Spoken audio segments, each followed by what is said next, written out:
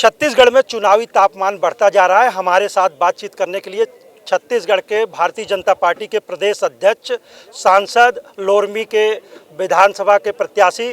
Sir, आप इस समय चुनाव लड़ भी रहे हैं, चुनाव लड़ा भी रहे हैं, किस तरह से मैनेज करेंगे? देखिए, मैं पार्टी का बहुत छोटा सा कार्यकर्ता हूँ। हमारी पार्टी केडर बेस पार्टी है और जैसे सांसद के रूप में कार्यकर्ताओं के सहयोग से काम किया, प्रदेश में भारतीय जनता पार्टी का संगठनात्मक आधार मजबूत है। सब कार्यकर्ताओं के सहयोग से पार्टी को आगे बढ़ाने का काम, मजबूत करने का काम किया। अब कार्यकर्ताओं के सहयोग से जो तिहरी जवाबदारी है लोरमी विधानसभा में प्रत्याशी के रूप में, तो कार्यकर्ताओं के सहयोग से उसे भी बखूबी निभाने का काम करेंगे। जिस तरह से चुनावी मुद्दों में इस समय सनातनी मामला और धर्मांतरण का मामला चल रहा है, ये धर्मांतरण के मामले को भारतीय जनता पार्टी क्या भुना पा रही है इसको? देखिए, हमारे लिए धर्मांतरण ये राजनीतिक मुद्दा नहीं है।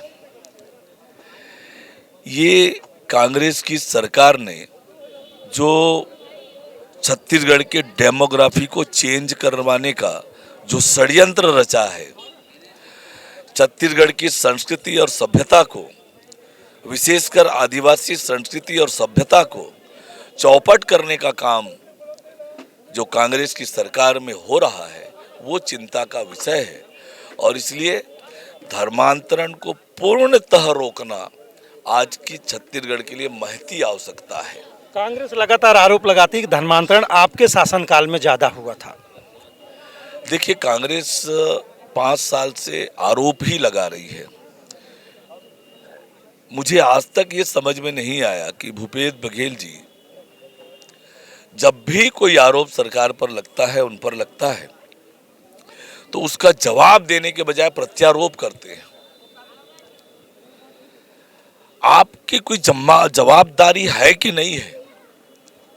आप कहाँ थे, क्या कर रहे थे और आज आप क्या कर रहे हैं? जब धर्मांतरण हो रहा है, क्या आपने रोकने का कोई प्रयास किया? आपने उल्टे जो धर्मांतरण के विरोध करने वाले लोग हैं, उनको जेल में डालने का काम किया आपने। तो ये छत्तीसगढ़ के साथ अन्याय भूपेश बघेल की सरकार कर रही है। मुख्यमंत्री भूपेश बघेल ने मास्टर स्ट्रोक खेलते हुए उन्होंने जो है कर्ज माफ़ी की बात करी है, तो क्या किसानों को लेकर आपके पास कुछ ऐसी रणनीति है भारतीय जनता पार्टी के पास? भूपेश बघेल को 5 साल तक किसानों की याद नहीं आई।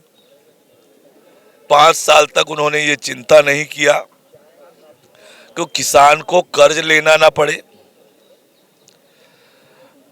एक तरफ बोलते हैं हमने किसानों को खूब पैसा दिया,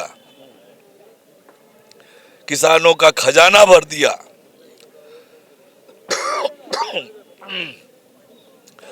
फिर वो किसान कहां से कर्जदार हो गया जिसका आप कर्जा माफ करने वाले हैं? वास्तव में आपने छत्तीसगढ़ के किसानों को बदहाल कर रखा है। एक हाथ से देकर 2 हाथ से लूटने का काम आपने किया।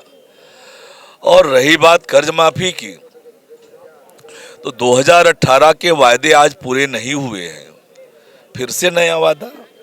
क्या समझ रखा है छत्तीसगढ़ की जनता को भूपेश बघेल जी आपने कि आप झूठे वादे करोगे और छत्तीसगढ़ की जनता मान जाएगी? कतई नहीं। छत्तीसगढ़ की जनता ने मन बना लिया है आपको घर बिठाने का, अब वो 3 दिसंबर को होने वाला है। आज आपने एक मास्टर स्ट्रोक, आपने भी स्टेज पे बोला कि मैं 16 लाख आवास देने की बात, हमारी सरकार आएगी, मुख्यमंत्री आवास नहीं जाएगा, वो सीधा पहले अनाउंस करेगा, क्या है? देखिए, 5 साल तक भूपेश बघेल की सरकार ने 16 लाख गरीब परिवारों को प्रधानमंत्री आवास से वंचित किया। जब चुनाव नजदीक आया तो नए नए प्रोपोगंडा करके लोगों को भ्रमित करने के लिए आपने कुछ घोषणाएं कर दी। वास्तव में केंद्र सरकार, नरेंद्र मोदी जी की सरकार अति महत्वाकांक्षी योजना, गरीब कल्याण योजना, गरीबों के अपने मकान का सपना साकार हो, देश में 4 करोड़ से अधिक गरीबों को पक्के मकान मिल गए, पर भूपेश बघेल की सरकार ने गरीबों के साथ अन्याय किया और हम गरीबों के साथ अन्याय नहीं होने देंगे। उन 16 लाख गरीब परिवारों को पक्का मकान बनाकर देंगे। कितनी सीटों पर आप विजयी होके आ रहे हैं, कुछ तो आंकड़ा होगा?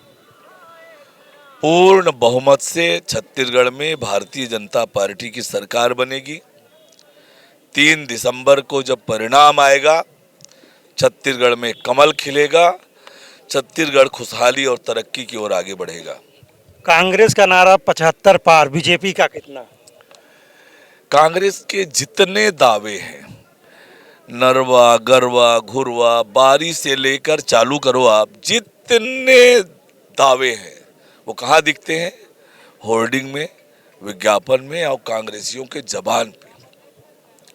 आप ढूंढ कर बता दीजिए मुझे कौन सा नरवा गरवा घुरवा बारी, कितने बेरोजगारों को बेरोजगारी भत्ता, कितनों को रोजगार, शराबबंदी का वादा, कितने ऐसे मैं आपको बताऊंगा कि केवल इनके दावे कागज पर हैं, होर्डिंग में है, विज्ञापन में है। ये 75 पार का दावा भी इनका हवा में रहने वाला है।